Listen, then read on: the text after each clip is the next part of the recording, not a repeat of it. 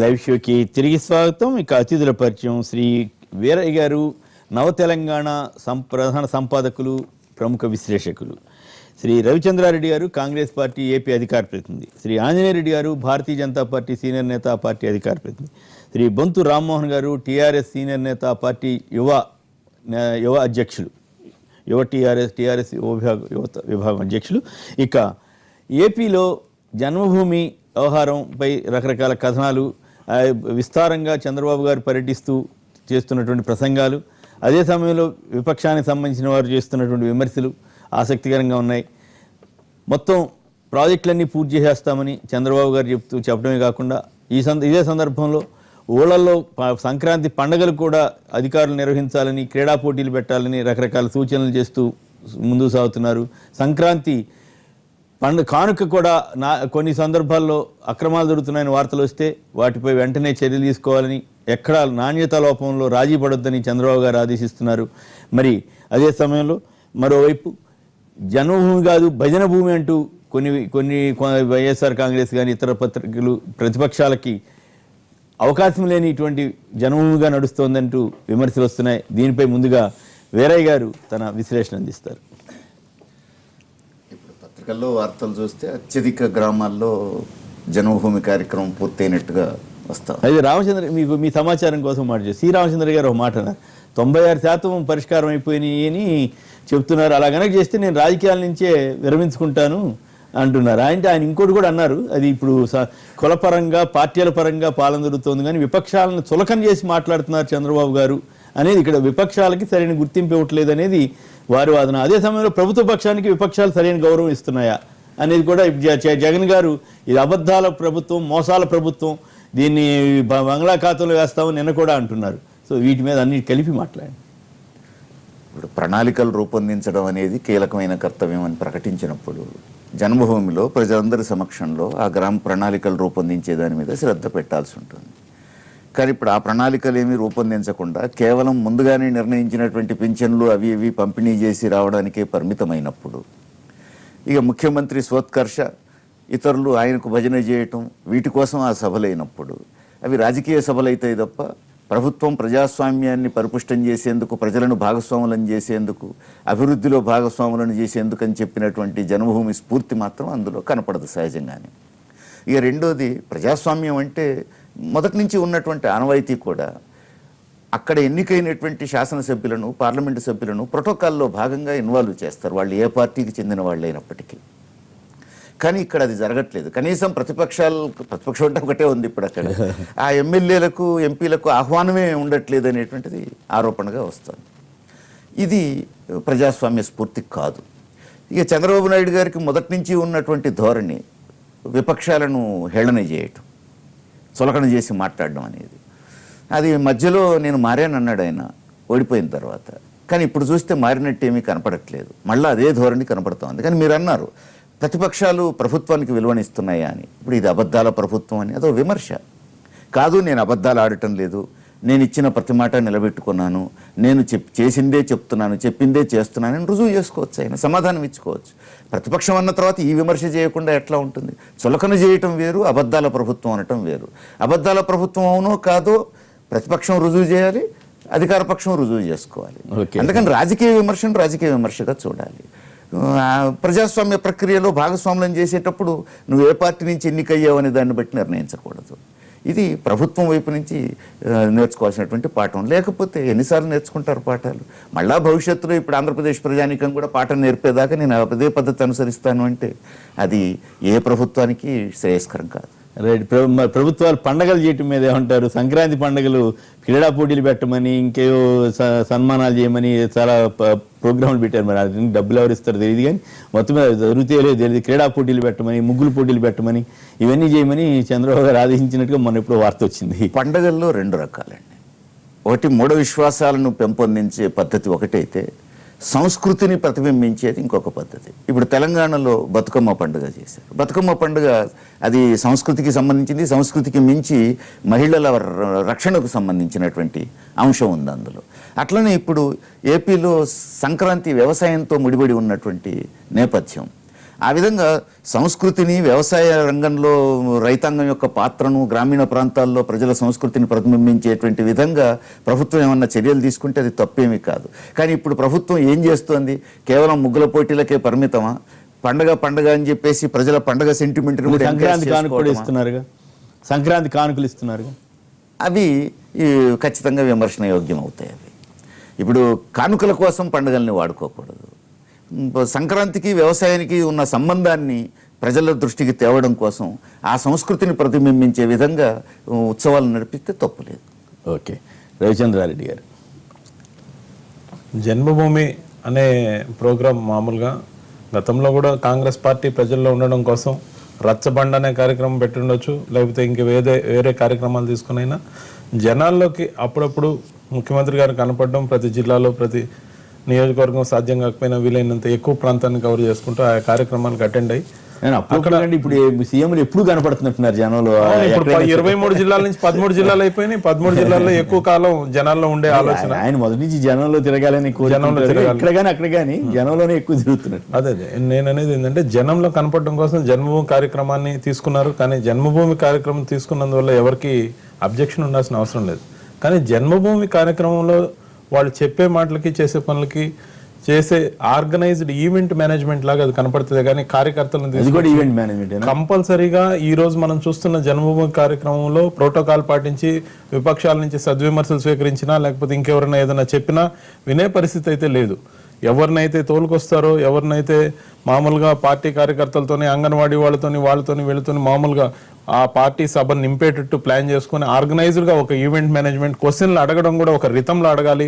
అంతేకాకుండా ప్రోటోకాల్ ప్రకారం ఎవరైనా ఎమ్మెల్యే వచ్చినా వాళ్ళకి సంబంధించిన మనుషులు వచ్చి ఏదైనా అడిగినా వెంటనే పోలీసులతో తీసేయాలి. ఆ క్వశ్చన్స్ అసలు మీడియాలో దయచేసి కనపడకుండా మేనేజ్ చేయండి అనే ఇన్స్ట్రక్షన్స్ ఉన్నాయి. ఖచ్చితంగా ఉన్నాయి. అనేక సార్లు మనం వేరే మీడియాలో చూడడం జరిగింది.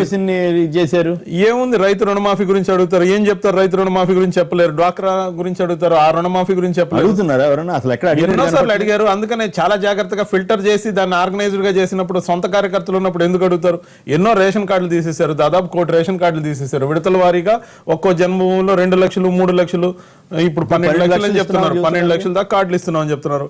తీసేసిన వాటి గురించి గణాంకాలు ఏమన్నా చెప్పారా? ముందు అర్హులైన వాళ్ళని కూడా అనాలోచితంగా తీసేసి ఇచ్చే సంక్షేమ పథకాల వాల్యూని కుదింపజేసి ఆ తర్వాత విడతల వారీగా మేము కాకుంటే కార్డులు ఇస్తున్నాం కొత్తగా గొప్పలు చెప్పుకోవడం అనేది చాలా తప్పు అనేది మా ఉద్దేశం.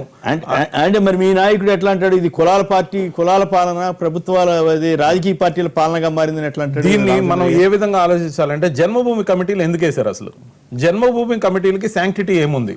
జన్మభూమి కమిటీలు అంటే పసుపు పార్టీ కార్యకర్తల్ని కులాల వారీగా ఏరుకుని వాళ్ళకి కావాల్సిన వాళ్ళని వేసుకుని ఆ జెడ్పీటీసీ, ఎంపీటీసీలకు కానీ ఆ లోకల్ ఎలక్టెడ్ రిప్రజెంటేటివ్స్కి ఏమాత్రం బాధ్యత లేకుండా, వాళ్ళకి విలువ ఇవ్వకుండా, వాళ్ళకి ప్రోటోకాల్ ప్రకారం ఇవ్వాల్సిన హక్కులు ఇవ్వకుండా కేవలం జన్మభూమి కమిటీలైన వీళ్ళ కార్యకర్తలు ఎవరైతే ఉన్నారో, ఈ కులానికి సంబంధించే కావచ్చు లేకపోతే వాళ్ళ కార్యకర్తలు కావచ్చు, వాళ్ళు ఎవరైతే ఉన్నారో వాళ్ళ ద్వారా పూర్తిగా వాళ్ళకి కావాల్సిన వాళ్ళకి సిఫార్సు చేసుకోవడం, రేషన్ కార్డు ఇవ్వటం, వాళ్ళకి కావాల్సిన వాళ్ళకి పింఛన్ ఇప్పించడం, లేదంటే నువ్వు మా కార్యకర్త కాదు, లేదంటే మా ఐడెంటిటీ కార్డు వేసుకో. ఇదే విధంగా ఒత్తిడికి గురి చేస్తున్నందువల్ల అపోజిషన్ కాబట్టి ఆరోపణ చేస్తున్నారు. అపోజిషన్ కాదు, దీనికి పూర్తిగా సాక్ష్యాధారాలు ఉన్నాయి. జన్మభూమి కమిటీలు ఎందుకు వేశారు ఒక్కసారి మీడియా ముందుకు సమాధానం చెప్పమనండి. జన్మభూమి కమిటీల్లో పేర్లు బయట పెట్టమనండి. కనీసం ఎగ్జాంపుల్ గా మోడల్ సర్వేలో కనీసం ఉన్న మొత్తం 175 నియోజకవర్గాలు అయితే జన్మభూమి కమిటీలు ఉన్నాయో వాటిలో 10 తీసుకుందాం. ఎక్కడైనా ఏ 10 తీసుకున్నా, ఎక్కడి నుంచి ఏ జిల్లాలో తీసుకున్నా అందరూ వాళ్ళ కార్యకర్తలు పసుపు పార్టీ వాళ్ళు తప్ప ఎవరు లేరు. మరి దీన్ని కులాల పంచాయతీగా చూడడానికి కారణం ఏంటంటే వాళ్ళకి కావాల్సిన వాటిలో మెజారిటీ వాళ్ళ మనుషులను వేసుకున్న క్రమంలో ఆ కులాల పంచాయతీ కూడా వచ్చింది. రైట్. రాంబాబు గారు పాలకొల్లు నుంచి లైన్ లో ఉన్నారు. రాంబాబు గారు, మీ దగ్గర ఎట్లా నడుస్తా ఉంది? ఏ రకమైనటువంటి స్ఫూర్తి మీకు దక్కుతోంది? నమస్తే అండి. నమస్కారం, మాట్లాడండి. సంక్రాంతి సంబరాలని పండుగకి కానుకలు ఇస్తున్నారు కదండి. ఎవరు అడిగారండి? ఎవరు అడగకుండా 400 కోట్ల రూపాయలు ఇక్కడ ఈ ఈస్ట్ వెస్ట్ లో మినువులు వాడతారండి ప్రధానంగా సంక్రాంతికి. సున్నుబడు అవి ఇవ్వకుండా శుద్ధబెల్లం ఇవ్వటం, పప్పులు ఇవ్వటం అవి కరెక్ట్ కదా కదండి. కాకుండా ఇప్పుడు ఇక్కడ ఏరియాలో కోడి పందాలు నిర్వహిస్తారు. ప్రతి పందానికి ప్రజాప్రతినిధులే ఒక ప్రతినిధిని పెట్టి డబ్బులు బరికెంతని వసూలు చేయటం, అవేమో సంక్రాంతి పండుగకి వచ్చేస్తామని అని చెప్పడం, అది ఎంతవరకు కరెక్ట్ అండి? మరి ఇప్పుడు హైకోర్టు నిషేధించింది కదా, అయినా కూడా జరిగేదట్లే ఉందా? అనధికారికంగా లాగిచ్చేస్తారా? అది హలో ఏమండి? హైకోర్టు నిషేధించింది కదా, అయినా కూడా అనధికారికంగా లాగిచ్చేటట్టున్నారా అంటున్నా? గ్యారెంటీ జరుగుతాయండి. ఇంకా నిషేధాలు ఏమంటారు? 3 రోజులు కనపడరండి వీళ్ళు. గతంలో పోలీసులు తీసుకునేవారండి ఇక్కడ బరిలు నిర్వహించే వాళ్ళ దగ్గర డబ్బులు. ఇప్పుడు ప్రజాప్రతినిధులే ఒక ప్రతినిధులు పెట్టి వసూలు చేసి ఆ డబ్బులు తీసుకెళ్లి పోలీసులకి ఇస్తున్నారు. ఓకే, ఆ డబ్బులు తీసుకెళ్లి పోలీసు వాళ్ళకి కూడా వాటా ఇస్తున్నారా? వాటా ఇస్తున్నారు. సో గొడవ లేదు అట్లయితే. ఇద్దరు కాంప్రమైజ్ అయిపోయి చేసుకుంటున్నారు అన్నమాట వ్యాపారం. పోలీసులు అక్కడికి రాకుండా పోలీసులు అక్కడ రాకుండా ప్రజాప్రతినిధులే చూసుకుంటారు అనమాట. రైట్. మరి ఇప్పుడు దీంట్లో సంస్కృతి పరిరక్షణ ముఖ్యం ఉందా, డబ్బులు ప్రధానంగా ఉందా అనేది కూడా చర్చనీయాంశం అవుతుంది. పోనీ అదేదో చట్టబద్ధం చేస్తే కనీసం గవర్నమెంట్కి ఆదాయం అన్న వస్తుందేమో. జల్లికట్టు ఆల్రెడీ చేశారు కదా తమిళనాడులో, అట్లాగే ఎడ్ల పందాలు అక్కడ చేశారు. వెంకటరెడ్డి గారు ఎర్రగొండపాలెం నుంచి. వెంకటరెడ్డి గారు నమస్కారం, మాట్లాడండి. హలో, నమస్తే సార్. నమస్తే, మాట్లాడండి. మీ దగ్గర ఎట్లా ఉన్నాయి పరిస్థితులు, మీరేమంటారు? సార్ అది ఉంది కదా సంక్రాంతి పండగకి ఇచ్చేది చంద్రన్న కానుక. అవును. ఆ బెల్లం మొత్తము అది పసుపు లేని బెల్లం సార్. ఏం లేని పసుపు పసుపు నల్ల బెల్లంలో వస్తుందా? నల్ల బెల్లం సార్, పూర్తి నల్ల బెల్లము. బాగట్లేదా? గోధుమ పిండిలో సగం తౌడు కలిపి ఉన్నారు సార్. నిజమా? అది మొన్న ఎక్కడో పట్టుకున్నారంట కదా, పట్టుకుంటే వెరిఫై చేయమని చంద్రబాబు గారు ఆదేశించారంట కదా? వెరిఫై లేదు, ఏం లేదు సార్. మొత్తం మోసమే సార్. నేను నిజంగా చెబుతున్నారా? మీ దగ్గర అట్లాంటి ఆధారం ఉందా? నా దగ్గర ఉన్నా సార్. నన్ను తీసుకురమ్మంటే మీకు తీసుకొచ్చి మీకు ఇస్తాను, నేను తీసుకున్న సరుకులు. మరి మీరు అధికారులకి మీ దగ్గరికి వస్తే చూపిస్తారా, లేదా మీరు వెళ్ళి అధికారులకి ఇవ్వచ్చు కదా? వాళ్ళు మేమేం చేసాము, అక్కడ పైన నుంచి వచ్చింది కదా, మేమేం చేసాం, మేము ఉన్నాయో పంచుతున్నాము అని చెప్తున్నాం. తౌడు అట్ట పంచుతారబ్బా, మరి అన్యాయంగా. తౌడులాగా మీరు అట్లా ఫీల్ అవుతున్నారేమో. నిజంగా తౌడు ఉందా లేదో? లేదు సార్, ఆ ప్యాకెట్ ఓపెన్ చేసింది మా దగ్గర ఉన్నది. మీ దగ్గరికి మీ స్టూడియోకి వచ్చి ఏమంటే ఇస్తాం. అంతేనా? సరే, అట్లయితే మాకెందుకు, ఆఫీసర్లకు ఇస్తే వాళ్ళు ఏమైనా చర్య తీసుకోగలిగితే తీసుకుంటారు, లేకపోతే లేదు. ధన్యవాదాలు వెంకటరెడ్డి గారు. ఏదేమైనప్పుడు కూడా అసలు ఇట్లాంటివి చేయొచ్చా చేయకూడదు అనేది పెద్ద చర్చ. మా ఓటాళ్ళం అయితే మొదటి నుంచి వ్యతిరేకిస్తే కొంతమంది నన్ను విమర్శించిన సందర్భాలు కూడా ఉన్నాయి. మీరెందుకు అడ్డం పడతారండి అని. మేము అడ్డం పడితే ఆగుతారా? సరదాగా కేంద్రం 350 కోట్లు ప్యాకేజ్ ఇస్తే నేను నవ్వుతా అన్న, మా చంద్రన్న కానకంత లేపో అని. Right, okay. ఆంజనేయరెడ్డి గారు మీ విశ్లేషణ ఏంటి? ఈ జన్మభూమి కమిటీ ఆలోచన ఉత్తమమైందేనండి, విధానం మంచిదే. కానీ ఆచరణకు వచ్చేటప్పటికి చంద్రబాబు నాయుడు గారు గతంలో ముఖ్యమంత్రిగా ఉన్నప్పుడు జన్మభూమి కమిటీ నడిచారు. జన్మభూమి అంటే ఒక స్ఫూర్తి. ఆ ఊరి నుంచి అనేక మంది సెలబ్రిటీస్ ఉంటారు, వ్యాపారవేత్తలు ఉంటారు, పారిశ్రామికవేత్తలు ఉంటారు, లేదా సినిమా రంగంలో ఉండేవాళ్ళు ఉంటారు.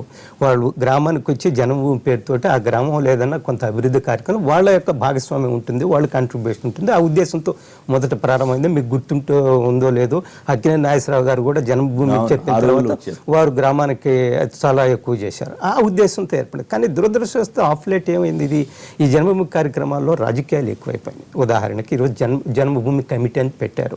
అది జన్మభూమి కమిటీ అవసరం ఏముందండి? దానికి లీగల్ శాంటిటీ ఉంది. అసలు లేదు, ఎక్కడో మరీ ఎక్కడన్నా మా వాళ్ళు అక్కడ స్థానికంగా చాలా పవర్ఫుల్గా ఉంటే ఒక పేరు తీసుకుంటున్నారో మిగతా దగ్గరలేదు. ఈ జన్మభూమి కమిటీల వల్ల ప్రతిపక్ష పార్టీ నాయకులు ఇబ్బంది పడుతున్నారు. మేము మిత్రపక్షంగా ఉండడం కూడా చాలా ఇబ్బందులు ఫేస్ చేస్తున్నాం. మేము కాదు, వైఎస్ఆర్సీపీ బీజేపీ కాదు, జన్మభూమి కమిటీలో ఉండే సభ్యులకు ఇష్టం లేని తెలుగుదేశం వాళ్ళని కూడా ఇబ్బంది పెడుతున్నారు.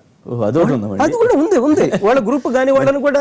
మరి వెంకయ్యనాయుడు గారికి చెప్పలేదు? అన్ని చెప్తున్నాం సార్, మీరు మళ్ళీ నన్ను ఇబ్బంది పడుతున్నారు. అందువల్ల నేను ఏమంటున్నా అంటే అసలు జన్మభూమి కమిటీలే రద్దు చేయమని మేము డిమాండ్ చేస్తున్నాము. నేను స్పష్టంగా చాలాసార్లు చెప్పాను, జన్మభూమి కమిటీలు చాలా రాజకీయంగా ఉన్నాయి. కింద స్థాయిలో అక్కడ పెన్షన్ కావాలంటే జన్మభూమి కమిటీ అనుమతి ఉండాలి. ఇంకేదో ప్రభుత్వ పథకం లబ్ధిదారుడికి ఎంపిక చేయాలంటే జన్మభూమి కమిటీ ఉండాలి. ఏదో బీసీ కార్పొరేషన్ ఉంటే జన్మభూమి కమిటీ ఉండాలి. ఇది చాలా దుర్మార్గంగా ఈ విషయం మీద గట్టి చెబుతున్నారు. ఎమ్మెల్యేలు మాట్లాడరు, మీ మంత్రులు చాలాసార్లు మాట్లాడుతున్నాము. కానీ మాట్లాడడానికి కొంత పరిమితి ఉంటుంది. మన రాజశేఖర రెడ్డి దాకా వేరే గారి దాకా మేము మాట్లాడలేము. ప్రజలకు సంబంధించిన అందుకని మాట్లాడుతున్నప్పుడు అంటే మీ మంత్రులు ఏమో భజన భజన చేస్తారు, మీరేమో భజన విమర్శిస్తారా? చేయడం లేదు మా మంత్రులు ఫర్ ఇన్ఫర్మేషన్ ఏ ఇబ్బంది, నాకు ఏ ఇబ్బంది లేదు. మా మంత్రులు సొంత నియోజకవర్గాల్లో కూడా ఇబ్బందులు ఎదుర్కొంటున్నారు. నిజమా? ఇట్స్ నాట్ కామినేని శ్రీనివాస్ గారితో ఆ మాట చెప్పారు. అబద్ధంగా కామినేని శ్రీనివాస్ గారు ముళపూడి బాపిరాజు గారికి మాణిక్యాలరావు గారికి అది హైకమాండ్ శ్రీనివాస్ గారితో చెప్పి హైకమాండ్ కి తెలిసి జరుగుతుందని నేను అనుకోవడం లేదు. ఇక్కడే కొంచెం స్థానికంగా ఉండే నాయకులు వాళ్ళు దే ఆర్ డిక్టేటింగ్ టర్మ్స్. దీనికి మేము స్పష్టంగా చెప్తున్నాము. ఇందాక చెప్పారు సార్, మీకు తెలుసుంటే సోమవారం రోజు గ్రీవెన్స్ డే జరుపుతారండి.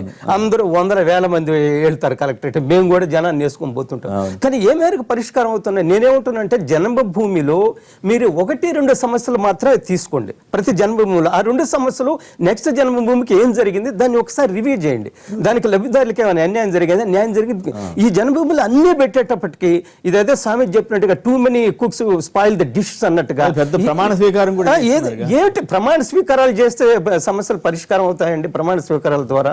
ఒకటి. రెండోది చంద్రన్న కానుకలు నేను వ్యక్తిగతంగా ఏమనుకుంటున్నా అంటే ఈ కానుకల వల్ల ప్రభుత్వం మీద వ్యతిరేకత పెరుగుతుంది తప్ప పెద్ద అనుకూల వాతావరణం రావడం లేదు. ప్రజలు నేను ఇంట్లో పొంగల్ జరుపుకుంటాను లేదా సంక్రాంతి జరుపుకుంటాను, ప్రభుత్వం నాకు ప్యాకెట్ పంపించి నన్ను నిప్పట్లు చేసుకోమని నేను ఎప్పుడు అనుకోను. ఈ దేశంలో ఈ రాష్ట్రంలో ఎవరో కూడా సామాన్య ప్రజలు ప్రభుత్వం వైపు చూడరు పండుగలు జరుపుకోవడానికి. It's not correct. Chandrababu Naidu ఈ ఆలోచన వారికి ఎవరు చెప్పారో నాకైతే అర్థం కావడం లేదు. ఆటల పోటీలు జరపమంటున్నారు. ఆటల పోటీలు జరపడానికి ప్రభుత్వం అక్కర్లేదండి. ఈ పండుగల సీజన్ లో అనేక స్వచ్ఛంద సేవా సంస్థలు, యూత్ అసోసియేషన్, మహిళా సంఘాలు ఎవరికి వాళ్ళు జరుపుకుంటారు. దీంట్లో ప్రభుత్వం జోక్యం అవసరం లేదు. దీనికి చెప్పుకోవచ్చు. దీని కాన్సెప్ట్ మారాలి. దీనికోసం పెద్ద 100 కోట్ల రూపాయలు ఖర్చు పెట్టాల్సిన అవసరం ఉందని నేను అనుకోవడం లేదు. నేను ఫస్ట్ అండ్ ఫార్మోస్ట్ డిమాండ్ జన్మభూమి కమిటీలన్నింటినీ కూడా రద్దు చేయాలా, రాజకీయాలకు అతీతంగా జన్మభూమిని నడపాలా. జన్మభూమిలో 1 చెప్పిస్తే ఒక మాటలు అయిపోద్ది కదా. మీరు ఆయన ఎక్కడ చెప్పినట్టు కనిపించలేదు, ఆయన కానీ మీ మంత్రులు కానీ ఎవరు చెప్పినట్టు అనిపించలేదు.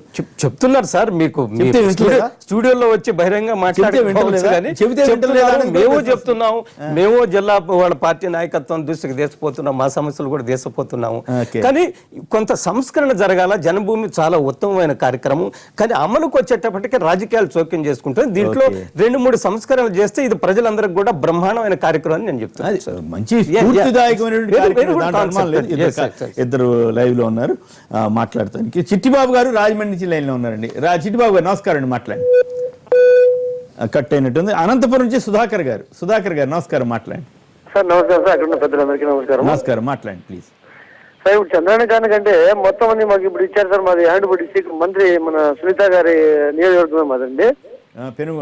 రాప్తాడు సార్. రాప్తాడు అంటే మాది కదిరి సార్, కదిరి నియోజకవర్గం దగ్గర మాకు. ఇప్పుడు మా స్టోర్ లో ఇచ్చారు సార్. మొత్తం బ్యాళ్ళు, కంది బ్యాళ్ళు, ఈ శనగ బ్యాళ్ళు మొత్తం ఇచ్చారు. ఒక ప్యాకెట్ పని 5 గ్రాములు తక్కువ ఉన్నాయి. మొత్తం మీకు తెచ్చి చూసాం కదా, మొత్తం స్టోర్లు మొత్తం ఏ ప్యాకెట్ వేసి అంతే ఉన్నాయి. ఏమున్నాయి నాకు అర్థం కాలేదు. 50 గ్రాములు తక్కువ. ఇప్పుడు శనగ బ్యాళ్ళు, కంది బ్యాళ్ళు సార్ ఒక ప్యాకెట్ ఇచ్చారు కదా మాకు చంద్రబాబు కానుకలు ఫ్రీగా. అవును, అవి తూకం వేస్తే 50 గ్రాములు తక్కువ ఉన్నాయి ఒక దాంట్లో.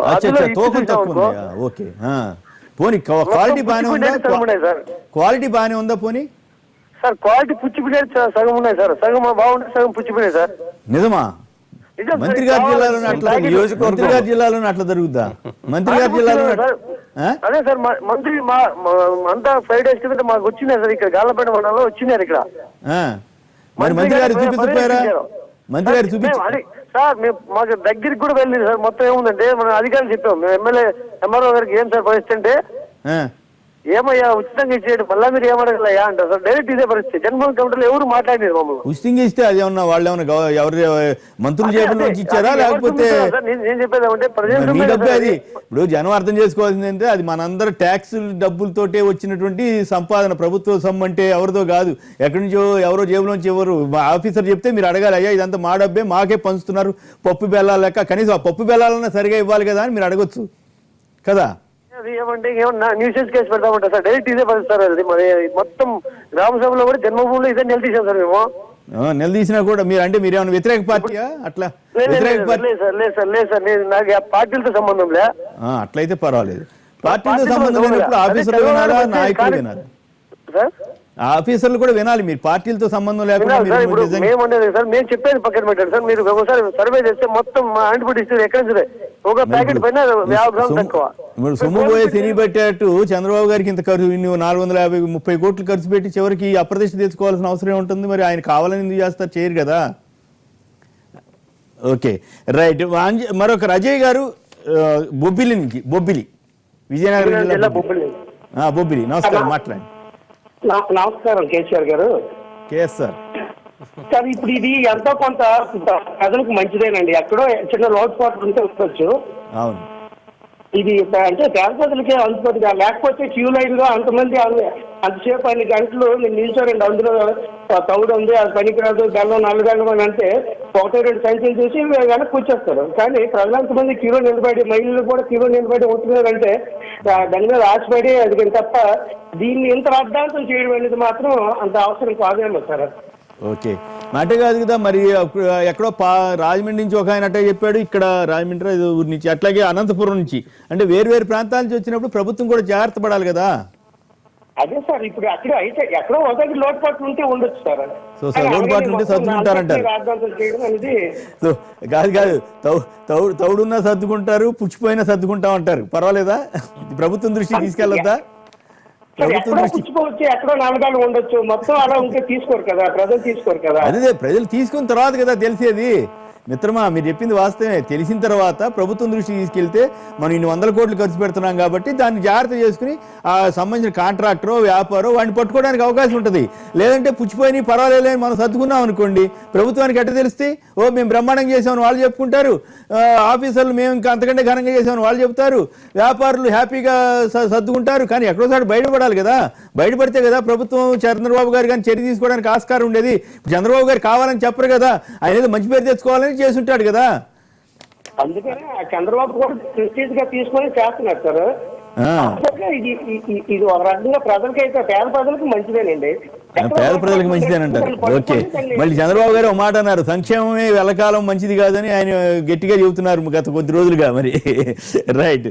మరొకరు లైన్ లో ఉన్నారు. హలో. కేసీఆర్ గారు నమస్కారం అండి, మాట్లాడండి. సూర్య గారు, విజయనగరం. ఉత్తగిరి సూర్యారావు, కొట్టాము, విజయనగరం జిల్లా అండి. గుడ్ మాట్లాడండి. మాకు కేసీఆర్ గారు మీకు ముందుగా సంక్రాంతి శుభాకాంక్షలు అండి. ధన్యవాదాలు మీకు కూడా. ఇప్పుడు సంక్రాంతి కానుకలు మా ఏరియా చాలా బ్రహ్మాండంగా ఉన్నాయండి. Very good. ఆ తర్వాత ఇంత ముందు పరిపాలించి 10 సంవత్సరాల కాంగ్రెస్ పార్టీ ఏమి ఇచ్చిందండి? ఇంత శుభ్రంగా చేసిన చంద్రబాబు నాయుడిని విమర్శించడం చాలా మాకు బాధగా ఉందండి. ఓకే మీరు బాధపడిన తప్పు లేదు. కాకపోతే ఎందుకంటే మాకు అన్ని విధాలుగా మాకు సౌకర్యాలు సంక్రాంతికి మాకు బాగా వచ్చాయండి అన్ని. మంచిది, వెరీ గుడ్. పండగ చంద్రన్న కానుకలే వాడుకొని తృప్తి పడండి మీరు. అట్లా కాదు కదా. ఆవిడ కలిసిన గోధుమ పిండి, మొత్తం రంగేసిన బెల్లం, లేకపోతే కల్తీ నెయ్యి, అది కూడా హెరిటేజ్ నుంచి కొన్నారు. గత జన్మభూమిలో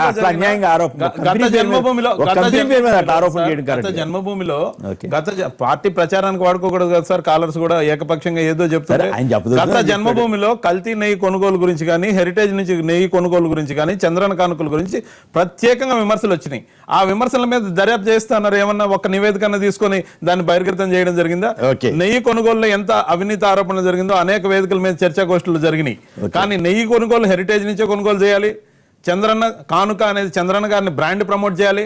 ఈ రోజు మనం చూసినట్టయితే చంద్రన్న కానుక, లేకపోతే చంద్రన్న రుణమేళ, ఎస్సీ ఎస్టీ సప్లైన్ పక్కన పెట్టారు. ఇన్స్పైర్ అయ్యారు. ఒక్క నిమిషం. బతికున్న నాయకుల పేర్లు ఎవరు కాంగ్రెస్ పార్టీ వాళ్ళు పెట్టుకోలేదు. బతికున్న నాయకుల పేర్లు ఎవరు కాంగ్రెస్ పార్టీ వాళ్ళు పెట్టుకోలేదు. ఒక్క మాటకి సమాధానం చెప్పండి. బతికున్న నాయకుల పేర్లు ఎవరు కాంగ్రెస్ పార్టీ వాళ్ళు పెట్టుకోలేదు. స్వలాభంతో మెమోరియల్ లో పెట్టుకో ఉండొచ్చు కానీ బతుకున్న నాయకులు అది కూడా యాలవేరిగా పెట్టారు.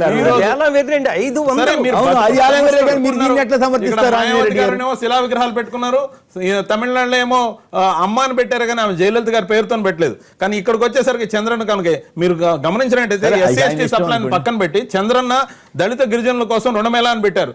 అసలు ఎస్సీ ఎస్టీ సప్లై అనేది ఓకే. మేము ఇచ్చిన ఎస్సీ ఎస్టీ సప్లైన్ అమలు గురించి రావాలి కాదు, కిషోర్ బాబుని అంటే ఏమవుతుందంటే- మాట్లాడకుండా ఆపారు. కాదు, దాని గురించి ఈ రోజు పెద్ద పెద్ద ఫ్లెక్సీలు కాదు, వేశాయి. ఈ మంత్రులు కూడా పోటీ పడి చంద్రబాబు గారి మెప్పుదల కోసం ప్రతి స్కీమ్ లో చంద్రన్ అని పేరు చేయాల్సిన పెడుతున్నారు. స్కీమ్ మరి అది తీసేసి ఎంతవరకు ఉపయోగం? అది చంద్రన్ గారు 2 నెలలు అది ఏంటండి? మంచి సంప్రదాయమా ఆ 2 నెలల చంద్రన్ గారు దయదాక్షిణ్యం మీద ఇస్తున్నారా? ఎస్సీ ఎస్టీ సప్లైన్ లో గురించి ఎన్ని ఫండ్స్ అమలు చేశారు? రైట్. రామ్మోహన్ గారు కూడా ఒకసారి మాట్లాడిన తర్వాత, రామ్మోహన్ గారు మీరు మాట్లాడిన తర్వాత మళ్ళీ కొందరు కాలర్స్ ఉన్నారు. ఇప్పుడు కొంత జన్మభూమి గతంలో మీకేమనిపిస్తోంది? ఈడ దగ్గర లేదా జన్మభూమి? ఇక్కడ ఉంది, ఇక్కడ ఉంటే ఇక్కడ ఉండే ఇక్కడ ఉంది. కాన్సెప్ట్ నిజంగా జన్మభూమి పేరు మీద గ్రామాల్లో అభివృద్ధి జరిగి గ్రామ ఏజెండా ఏదైతుందో దాన్ని తీసుకొని పోతే హర్షించదగ్గదే. కాకపోతే ఏంటంటే మిత్రులు చెప్పినట్టు వచ్చే ఆరోపణలు అయితే మేము తక్కువ ఫాలో అవుతాం కొంత ఏపీ పాలిటిక్స్ అనేది. కాకపోతే వచ్చే విమర్శలు అయితే కరెక్ట్గా లేవనేది ఉంది. గతంలో మీరు అన్నట్టు కందిపప్పు అని ఇవన్నీ కూడా చంద్రన్న కానుకలు ఇవన్నీ కూడా జరిగినాయి. దాంట్లో కొన్ని ఆరోపణలు మీరు కూడా ఇచ్చారు కదా, తోఫాలు అవి ఇచ్చారు కదా. నేను ఏమంటానంటే అక్కడ వెలుగులోకి వచ్చిన అవకతవకలు రాలే. ఎందుకంటే సరే ఆయన ఇచ్చే ఉద్దేశం ఏ రకంగా ఇస్తుండో తెలియదు. గ్రౌండ్ పోయేసరికి ఎక్కడో అక్కడ మిగిలిపోయిన స్టాక్ దాన్నో దీన్నో కొంత క్లియర్ చేయడం జరిగింది. స్టాక్ క్లియర్ చేస్తున్నారా? ప్రజలకు ఇంతకుముందు చెప్పారు, వీరయ్య గారు చెప్పారు, ఏదైనా ఒక పండుగ జరిపితే ఒక సంస్కృతిని ప్రతిబింబించేది. మొన్న ఒక క్రిస్టియన్ కి సంబంధించి ఒక పండుగ వచ్చినప్పుడు చర్చిలో దానికి రిపేర్ చేసుకోవడం, లేకపోతే వాళ్ళకి కొంత పేద క్రిస్టియన్లకు వాళ్ళకి ఇవ్వడం జరిగింది. ప్రభుత్వమే మొత్తం ఇన్వాల్వ్ అయ్యి మొత్తం ఎవరికో కాంట్రాక్ట్ ఇచ్చి ఈ రకంగా చేయలే.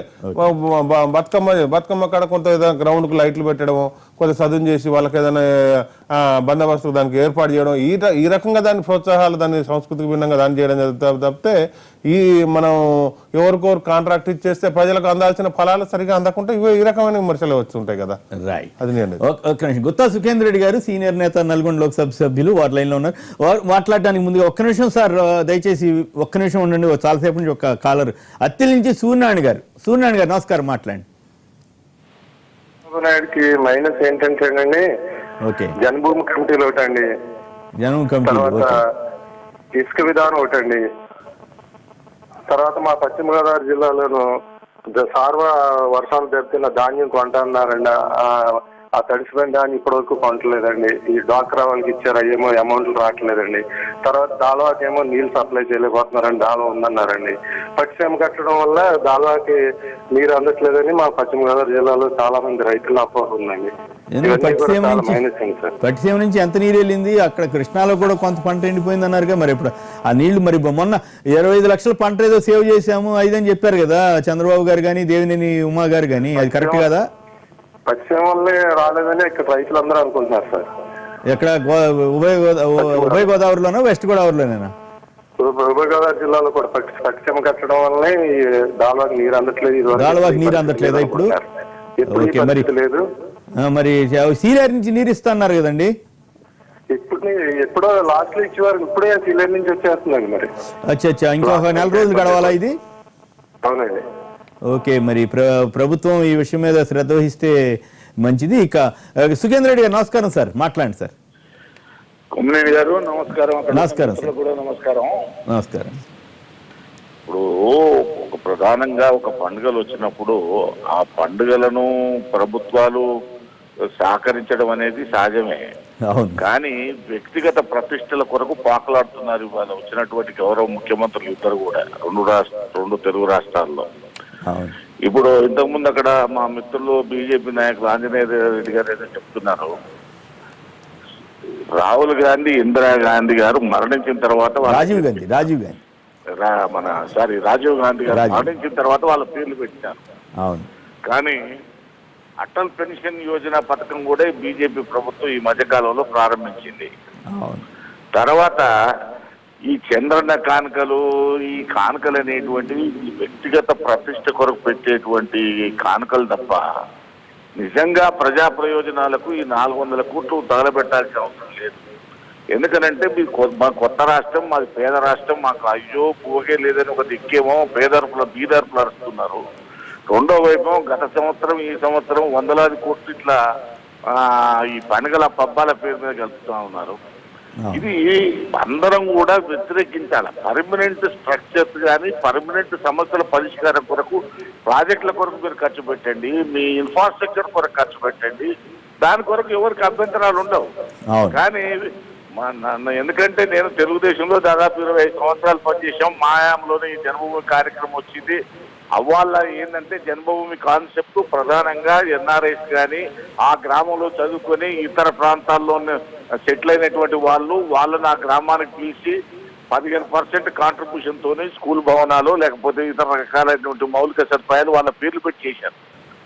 దాని ఇన్ని పరిణామాలు ఇన్ని జరిగిన తర్వాత కూడా 10 సంవత్సరాలు అధికారం కోల్పోయిన తర్వాత కూడా చంద్రబాబు నాయుడు గారిలో మార్పు వస్తుంది అనుకున్నాం, కానీ మార్పు దానికి రివర్స్ గా వచ్చినటువంటి పరిస్థితి అవపడుతుంది. ఆయన గతంలో ఈ వ్యక్తిగత ప్రతిష్ట కొరకు ఇంత పాకులాడేవాడు కాదు.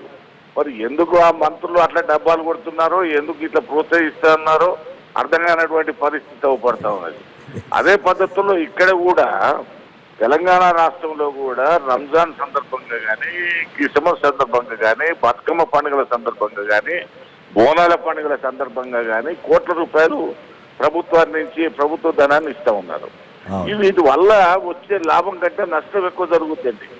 ఇది అర్థం చేసుకోవాల్సినటువంటి అవసరం ఉంది. తెలంగాణ రాష్ట్రం మిగులు రాష్ట్రం అని గొప్పలు చెప్పేటువంటి మా ప్రభుత్వం గత 4 మాసాల్లో రోజుకు నెలలో 15 రోజులు ఫ్రీజింగ్ చేస్తా ఉన్నదండి. ట్రెజరీ ఆఫీసులు ఓరల్ ఇన్స్ట్రక్షన్స్ తోని పేమెంట్స్ మొత్తం ఆపేసినారు. ఇంత గొప్పగా చెప్పే మా ప్రభుత్వం 9 మాసాలైంది పిఆర్సీ అమలు చేసి 4,000 కోట్లు రియంబర్స్మెంట్ ఇవ్వాలా ఉద్యోగస్తులకు. వాళ్ళకు దిక్కు మొక్కు లేదు, వాళ్ళ గురించి ఆలోచన చేసేటువంటి పరిస్థితి లేదు. మనం ఇవ్వాల్సిన వాళ్ళకి ఇవ్వకుండా ఈ కార్యక్రమాలను చేయడం వల్ల వచ్చేది ఏంటి? దీనివల్ల వ్యక్తిగత ప్రతిష్టలు పెంచుకోవడం ఒకటి, వారసులను ప్రమోట్ చేసే కార్యక్రమం మరొకటి. ప్రధానమైనటువంటి అంశాల దృష్టిలో పెట్టుకునే ఈ ప్రభుత్వాలు నడుస్తా ఉన్నాయి. ఇది మంచి పని కాదు. వాళ్ళ టాలెంట్ తో వాళ్ళు వచ్చినాడు వస్తారు, వాళ్ళ దానికి ఎవరికి అభ్యంతరం ఉండదు. కానీ ఈ రకంగా ప్రభుత్వ ధనాన్ని ఒకవైపు ఖర్చు పెడుతూ ఈ వ్యక్తిగత ప్రతిష్టలు పెంచుకునేదానికి అంటే అదే సుఖేంద్ర రెడ్డి గారు ఇక్కడ అక్కడేమో పోటీలు కూడా మంత్రులు ప్రతి స్కీమ్ కి చంద్రన్న పేరు యాడ్ చేస్తే బాగుంటుంది, మనకి ఇబ్బంది ఉండదు అనుకుంటున్నారో ఏమో.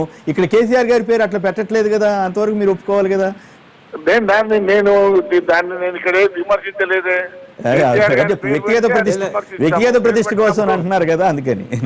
చనిపోయిన తర్వాత 500 పేర్లు పెట్టుకున్నాడు, ఒక్క పేరు పెట్టుకున్నాడు ఆయన, వదిలేండి. సో బీజేపీ వాళ్ళు మద్దతు ఇస్తున్నారు కదా చంద్రబాబు గారికి, ఆ పేరు పెట్టుకోవడం తప్పు లేదని. తప్పు లేదని కాదు, మరి మీరు చనిపోయిన తర్వాత 500 పేర్లు పెట్టారు. ఇందిరాగాంధీ, నెహ్రూ, రాజీవ్ గాంధీ పేరు పెట్టుకున్నాడు ఆయన బతుకున్నప్పుడు. కాదండి, వాళ్ళు 500 పేర్లు పెట్టుకున్నారని మీరు 50 పేర్లు ఒకే పేరు పెట్టారు. ఒక్క పేరు చంద్రన్న కాదు, చంద్రన్న రోడ్లు అంట, చంద్రన్న రుణాలంట, చంద్రన్న భూసారం అంట, అట్లా రకరకాల పేర్లు. చంద్రబాబు నాయుడు గారిని గురించి సుఖేంద్ర రెడ్డి గారికే ఎక్కువ తెలుసు. వారు చేసిపోయిన కాపురం, వారి మనస్తత్వం, వారి వ్యవస్థ, వారి దాంట్లో మోడీ గారు ఫోటో పెట్టలేదని బాధపడ్డారు బీజేపీ వాళ్ళు. ఫోటో పెడితే ఏం చేసినా పర్వాలేదు, కానీ మోడీ గారు ఫోటో పెట్టలేదు. కేంద్ర ప్రభుత్వ నిధులు పెద్ద ఎత్తున వస్తున్నాయి. ప్రధానమంత్రి అది ప్రోటోకాల్ అంటున్నాం మేము. ప్రధానమంత్రి ఫోటో పెట్టారు. ఆ రోజులో ఒక ఆర్టికల్ కూడా రాశాను, రాజశేఖర రెడ్డి గారు కావాలంటే కాంగ్రెస్ కార్యకర్తలు వాళ్ళ కుటుంబ సభ్యులకు రాజీవ్ గాంధీ 1, రాజీవ్ గాంధీ 2, రాజీవ్ గాంధీ 3 అని పెట్టుకోవచ్చు. కానీ ఈ గోళైంది ప్రతిదానికి రాజీవ్ గాంధీ పేరు, ఇందిరాగాంధీ పేరు పెట్టడం ఏంటని, అది కూడా తప్పే కదా ఆ రోజుల్లో. కొమ్మినేని గారు, ఇందిరాగాంధీ గారు, రాజీవ్ గాంధీ గారు దేశ సమైక్యత కొరకు, సమర్థత కొరకు ప్రాణత్యాగం చేసినటువంటి వారు. అవును, అయితే మాత్రం చాలా మంది ఉన్నారు ఈ దేశంలో ప్రాణత్యాగం చేసిన ప్రాణత్యాగం దేశం కొరకు చేశారు వాళ్ళు. అవును, వాళ్ళు లేకపోతే మామూలు వ్యక్తులుగా మాజీ ప్రధాన కాదు సార్, పెట్టొద్దని అంటలేదు కదా, పెట్టొద్దని అంటలేదు. కనపడిన దానికల్లా ఆయన పేరు పెట్టడం ద్వారా రాజశేఖర రెడ్డి గారు లేకపోతే రాజశేఖర రెడ్డి గారు వాళ్ళు అక్కడ ఏదో అధిష్టానంతో సత్సంబాల కోసం చేశారని అనుకున్నారు తప్పితే వాళ్ళ మీద అభిమానంతో చేశారు, అన్ని స్కీములు పెడతారా అనే విమర్శ కూడా వచ్చింది కదా. అందుకనే ఇప్పుడు మోడీ గారు చాలా ఇందిరా ఆవాస్ యోజన మార్చేసినాడు. రాజీవ్ గాంధీ విద్యుద్దీకరణ, గ్రామజ్యోతి విద్యుద్దీకరణ. ఒక్క నిమిషం సుఖేందర్ గారు, ఒక్క నిమిషం వచ్చింది. సుఖేందర్ గారు ఒక్క నిమిషం. ఇప్పుడు గతంలో మీరు అన్నట్టు 2-3 సందర్భాల్లో రాహుల్ గాంధీ వచ్చి పథకాలకు ఈ మా పేర్లు మా కుటుంబానికి సంబంధించిన తప్ప ఇంకోటి ఏం లేవు అని చెప్పి అసహించుకొని విసుగు చెందిపోయిన సందర్భాలు కూడా ఉన్నాయి. పత్రికలు కానీ టీవీలు కానీ క్లిప్పింగ్ తిరిగేస్తే ఉన్నాయి. ఇంతకుముందు సుఖేందర్ రెడ్డి గారు అన్నారు వ్యక్తిగత ప్రతిష్టల కొరకు ముఖ్యమంత్రులు పోతున్నారు అని చెప్పి. కనీసం గోదావరి పుష్కరాలు వస్తే ఒక 10 కోట్లు ఎక్కువ ఘాట్లు కట్టిద్దాం, సంవత్సరం ఏర్పాట్లు సరిగా లేవు అని చెప్తే ఆ రోజు మరి ప్రభుత్వాలుగా ఉన్న మరి వీళ్ళు చేసింది లేదు. సుఖేంద్రన్ లాంటి పెద్ద మనుషులు మరి ఎక్కువ ఫండ్స్ కేటాయించి తెలంగాణలో పుష్కరాలకు కూడా కొంచెం చేసింది ఏం లేదు. జరిగినాయి మొదటిసారి పుష్కరాలు తెలంగాణకు సంబంధించిన ఫండింగ్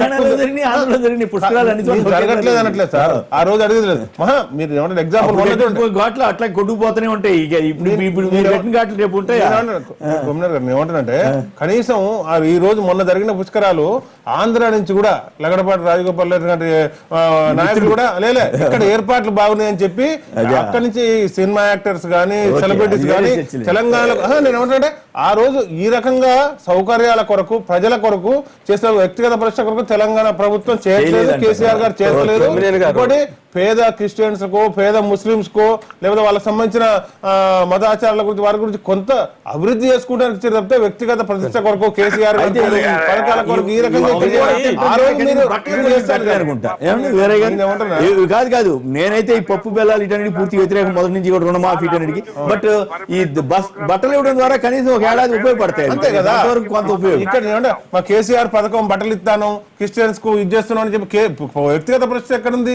అంటే వ్యక్తిగత ప్రతిష్ట అటువంటి చేయొచ్చా చేయకూడదు అనేది ఒక చర్చ. ఉన్నంతలో బట్టలు కాబట్టి ఒక సంవత్సరం కట్టుకోవడానికి అవకాశం. బట్టలు దానం చేసిన ప్రభుత్వాలకు పెట్టిన స్కీములు కూడా ఉన్నాయి గతంలో. ఇప్పుడు దానికి పండుగల సందర్భంగా ఏదో కొనుక్కోలేదు జరిగింది. సార్ చెప్పండి సార్. ఒక్క విషయం ఏంటంటే ఇక్కడ మనం చాలా స్పష్టంగా ఏదైనా సరే ప్రొడక్టివిటీ ఉన్నటువంటి వాటి మీద ప్రభుత్వాలు ఆర్థిక క్రమశిక్షణతో ముందుకు పోవాల్సినటువంటి అవసరం ఉన్నది. ఇవాళ ఎన్నికలైన తెల్లారి నుంచి మళ్ళా వచ్చే 5 సంవత్సరాల తర్వాత ఎట్లా ఎన్నికల్లో గెలవాలనేటువంటి ఒక దురుద్దేశంతో కూడి మొత్తం వెల్ఫేర్ స్కీమ్ల కొరకు లేకపోతే వీటి కొరకు మొత్తం ప్రజాధనాన్ని వృధా చేసేటువంటి కార్యక్రమం. తర్వాత ఒకవైపు ఏమో ఆర్థికంగా చాలా 2 రాష్ట్రాలు ఇబ్బందుల పాలవుతున్నాయి. మరొక వైపు దాన ధర్మాల మీద ఇష్టానుసారంగా ఇప్పుడు ఇది ప్రజాస్వామ్యం నడవట్లేదు ఈ రాష్ట్రాలలో. ఇది కేవలం రాజరిక వ్యవస్థ లాగా నడుస్తా ఉన్నాయి.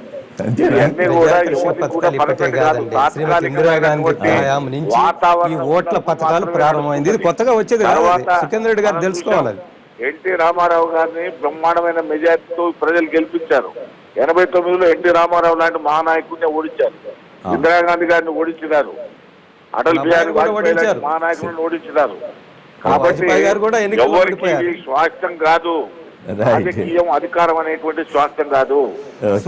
ప్రజాకర్షణ పథకాలు ప్రజల సంక్షేమ పథకాలు ఇవన్నీ కూడా కాంగ్రెస్ పార్టీ పెట్టిన